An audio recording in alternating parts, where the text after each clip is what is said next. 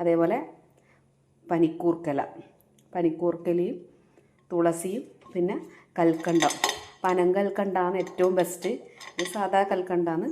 അങ്ങനെ സാധാ കൽക്കണ്ടം ഇത് മൂന്നും കൂടി എടുത്തിട്ട് നമ്മൾ എന്ത് ചെയ്യുന്നത് പറഞ്ഞു കഴിഞ്ഞാൽ 1 കപ്പ് വെള്ളത്തിൽ ഇത് മൂന്നും കൂടി ഇട്ടിട്ട് നന്നായി തിളപ്പിച്ച് എടുക്കുക.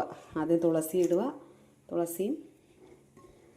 തുളസിയും കൂർക്കലയും ഇട്ടിട്ട് നന്നായിട്ട് തിളക്കുന്ന സമയത്ത് കൽക്കണ്ടവും ഇട്ട് ഒരു ഗ്ലാസ്സിലാക്കിയിട്ട് നമ്മൾ രാവിലെ കുട്ടികൾക്ക് എന്ത് ചെയ്യാന്ന് പറഞ്ഞു കഴിഞ്ഞാൽ നമ്മൾ ചായയൊക്കെ കൊടുക്കുന്നതിന് പകരം രാവിലെ കൊടുത്തു കഴിഞ്ഞാൽ, കൂർക്കല ഇല്ലെങ്കിലും കുഴപ്പമില്ല, തുളസി മാത്രമായാലും തുളസിയും കൽക്കണ്ടും ഇട്ടിട്ട് ഒരാഴ്ച നമ്മൾ ഈ പനിയൊക്കെ മാറിയതിന് ശേഷം ആ മരുന്ന് തീർന്നിട്ടാകുമ്പോൾ നമ്മളൊരു 2 ആഴ്ച കണ്ടിന്യൂസ് ആയിട്ട് കൊടുക്കുന്നതാണെങ്കിൽ പിന്നെയും അത് റിപ്പീറ്റ് ചെയ്ത് വരാണ്ടിരിക്കുക ഉള്ള ഒരു ബെസ്റ്റ് സൊല്യൂഷനാണിത്.